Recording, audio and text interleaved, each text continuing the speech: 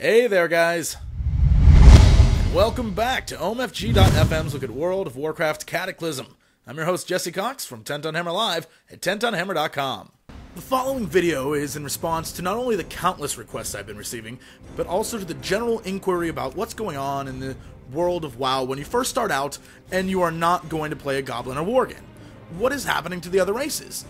This video is going to give you all the information you could possibly desire in a very short and concise way. Please remember, all the information that you're about to see may change. This is in fact beta. But as of July, this is how it stands. The Trolls. One of the most requested and interesting starting experiences. The player begins his or her journey on the newly recovered Sen'jin Isle. It is here you train under the watchful eye of Vol'jin and learn about your connection to the Raptors. You're also taken on a trip way back to Warcraft 3, where you have to do battle with the Naga Sea Witch Zarjira, who returns seeking vengeance for her defeat in an encounter way back then with the Trolls. Meanwhile, Vol'jin, as you guys already know, is extremely displeased with Garrosh's leadership, but under the guidance of Thrall, he is willing to support Garrosh still because he made a promise a long time ago that he would be a member of the Horde no matter what. The Gnomes and Dwarves. As a dwarfen gnome, you start out in your Cataclysm experience in Cold Ridge Valley, just like you did before. Gnomeregan at the moment is completely empty, but I'm almost positive they're going to change that, and perhaps offer the gnomes sort of a new starting experience just like the trolls. The violent earthquakes in the Cataclysm caused all the Trogs who once lived deep in the mountains nearby to erupt to the surface, causing all kinds of chaos and drama. The dwarves here are completely on the defensive, and not only have the Trogs to fear, but the trolls who live in the mountains as well are trying to summon a fire elemental to seek vengeance on the now downtrodden dwarves. Also, the earthquakes have blocked off the tunnel out of Cold Ridge, so the only way you can get out is by flying, which is really cool. So, hopefully, this starting experience will be something you guys like a lot. The Orcs. As it stands right now, the Orc starting experience, except for changes in quest names, is nearly the exact same thing. There's one mention of Hellscream I can remember as being Warchief, and a single new quest where there are Alliance spies in the area, and you have to kill them. That was not there before. Other than that, you go apple picking, you go boar killing, you have to slay demons, you have to bonk peons over the head. I mean, it's all pretty much the exact same way it was before.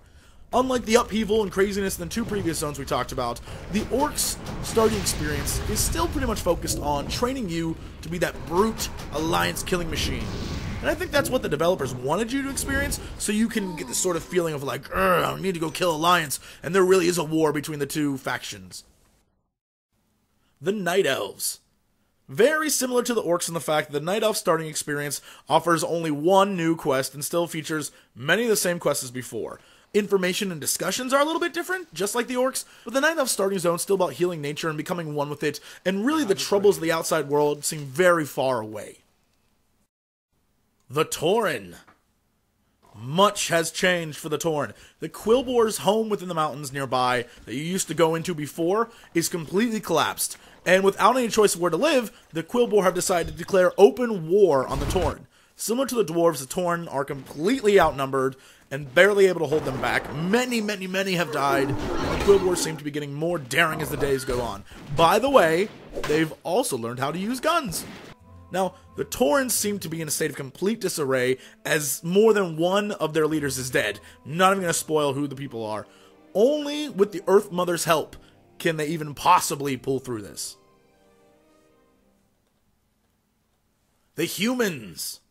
The Humans are completely 100% aware of Deathwing's return, and they are recruiting for a campaign against him. They are all about it. King Rin even meets the player at the very start and recruits you to the cause. While there are a lot of similar elements to the previous zone, like you still have to go kill kobolds and wolves, the orchard to the east is completely burnt down by the Blackrock Orcs, who have managed to find a passage into the area after the mountain nearby collapsed due to the Cataclysm. So the humans in Stormwind are completely surrounded on all sides by enemies, and I guarantee missing the day when they only had the Defias to worry about. The Forsaken. While they clearly go out of their way to acknowledge the Lich King is dead, the Forsaken starting experience is essentially the same. The quest dialogue and names are different, your reasons for doing things are different, but you're still killing the mindless undead because there's no Lich King to control them, so you still have to kill them. The wolves for pelts, the bats, etc., etc.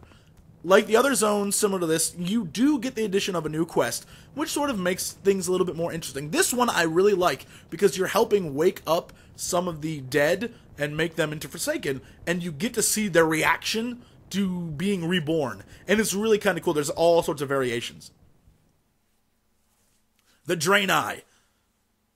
The Draenei starting experience is essentially unchanged. They still fell from the sky just months ago, they still kill monster mutants, and they are still fighting to survive after the crash. Completely unchanged. The Blood Elves. Blood Elves are exactly like the Draenei in that they are completely unchanged. They're still killing Wraiths, they're still killing Lynxes, and they're still exploring the dark side of mana addiction. The Death Knights of the Ebon Blade. As it stands right now, you start as a DK in the DK starting area, still serving the Lich King. I don't know if that's going to change. I assume they may start it where you serve the Lich King, and then as time goes on, he disappears because he's been killed, and maybe that's how you're free? I don't know. I have no idea what's going to happen. Or maybe after the intro, you find out, oh, it's been a while. It took you forever to get here. So now you're free. The Lich King's dead, buddy.